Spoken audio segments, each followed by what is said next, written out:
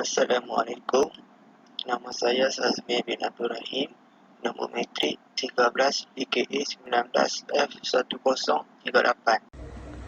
Video kali ini kami akan menceritakan tentang business plan perniagaan kami, iaitu Faci Business. Ringkasan eksekutif. Tujuan utama Faci Business merupakan sebuah perniagaan yang baru berkembang dalam dunia perniagaan. Produk ini baru sahaja dikeluarkan pada Februari 2020. Produk ini berasaskan makanan ringan atau dipanggil biskut yang sentiasa jadi pilihan anak-anak muda di luar sana untuk menghilangkan rasa bosan semasa melakukan kerja. Objektif Faci Business ditubuhkan adalah kerana ingin membantu seramai mungkin rakyat Malaysia untuk menjana pendapatan sampingan dengan cara menjual Faci Business dan ingin menjadi syarikat pengeluar makanan ringan nombor 1 di Kuala Terengganu. Selain itu, kami juga merancang untuk meningkatkan lagi perniagaan kami secara agresif di mana ingin mengadakan promosi atau mengadakan iklan di dalam televisyen, radio dan internet. Kami juga berhasrat untuk meningkatkan lagi kualiti produk kami ke peringkat antarabangsa, iaitu peringkat tinggi. Pengenalan. Faci Business adalah nama perniagaan kami berempat. Tentukan. Kami menjalankan perniagaan secara atas talian seperti media sosial. Faci Business ditubuhkan Februari 2020 yang bertapak di Kuala Terengganu. Produk yang kami akan jual adalah biskut yang diperbuat daripada tepung, coklat dan lain-lain. Biskut ini sesuai dimakan oleh pelbagai peringkat umur tidak mengira usia. Produk yang kami jual adalah dibuat daripada kilang.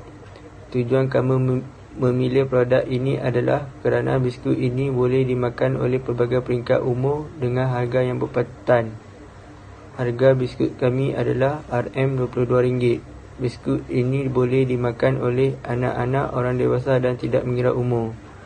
Jangkaan kami pada masa akan datang ialah perniagaan ini dapat berkembang dan kami berempat memperbanyakkan lagi rangkaian produk kami. Nama saya Muhammad Aiman Hakim bin Jamaluddin.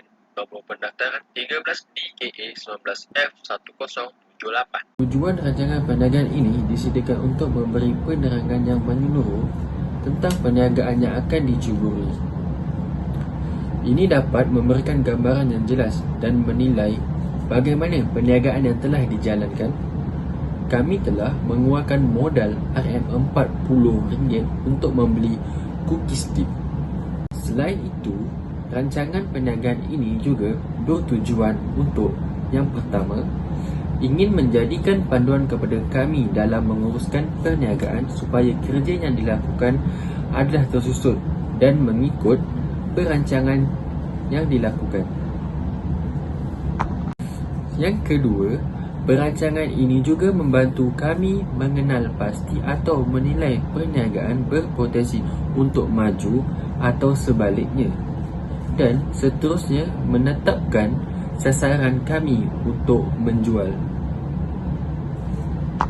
Yang ketiga, mengatur dan menganggarkan sumber-sumber terhad dengan lebih baik.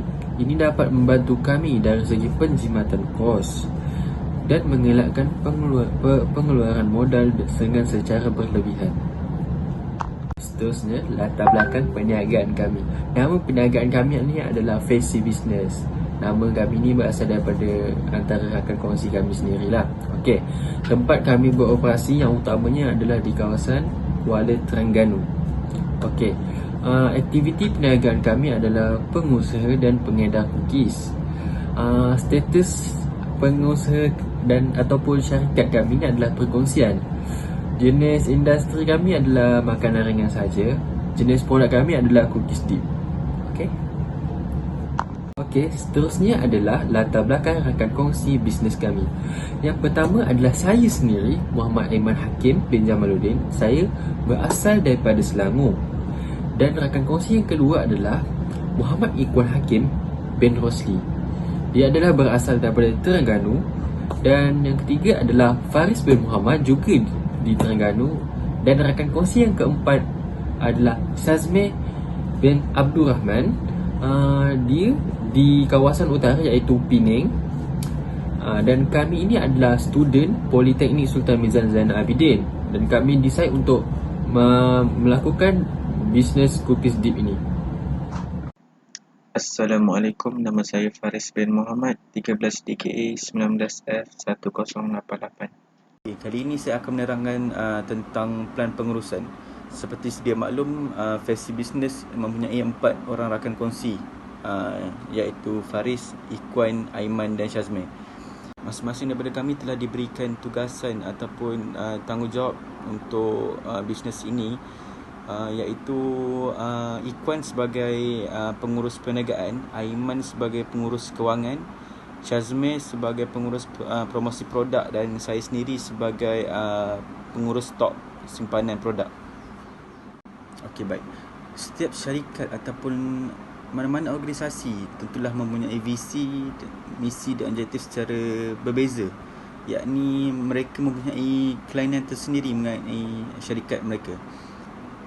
Jadi, Faci Business telah menetapkan visi, misi dan objektif secara menyelaras, iaitu dengan sepakatan kami sendiri.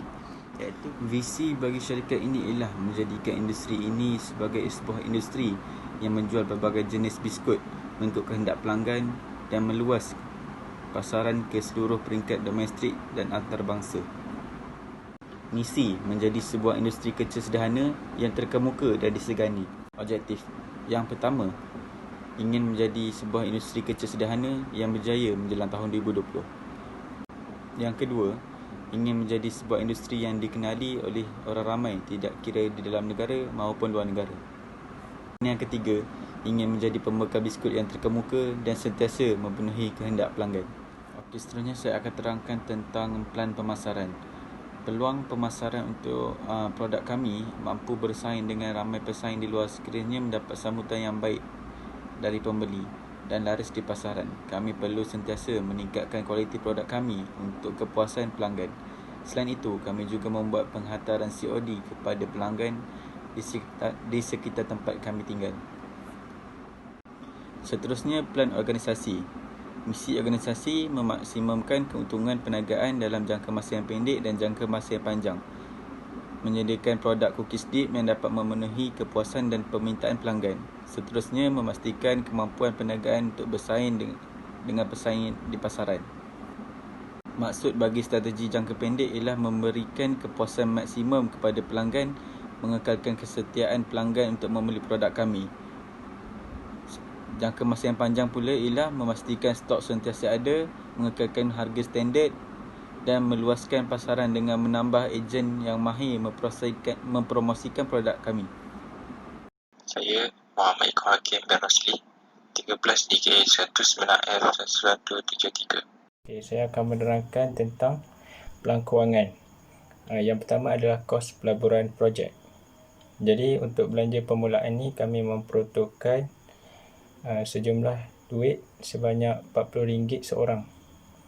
Jadi sumber pembiayaan kami ini adalah modal sendiri. Jadi kami mengumpul RM40 daripada 4 orang ahli dan mendapat jumlah sebanyak 160. Dan untuk keuntungan pula adalah jualan biskut cookies dip pada bulanan ni kami mendapat RM220 dan kos perbelanjaan hanya RM160. Jadi untuk bersih yang kami dapat adalah RM160. Pada bulan September, pada minggu pertama, kami membuat hantar pitching produk dan membuat papan cerita. Pada minggu yang kedua, kami membuat hantar pitching video. Dan minggu ketiga, kami membuat stok kedua jualan. Dan pada bulan Oktober, pada minggu pertama, kami membuat kemajuan FB dan IG halaman. Dan minggu kedua, kami membuat kirimkan pitching video dalam tube link, kirimkan video pembentangan dalam tube link, laporan rancangan perniagaan dan penilaian akhir.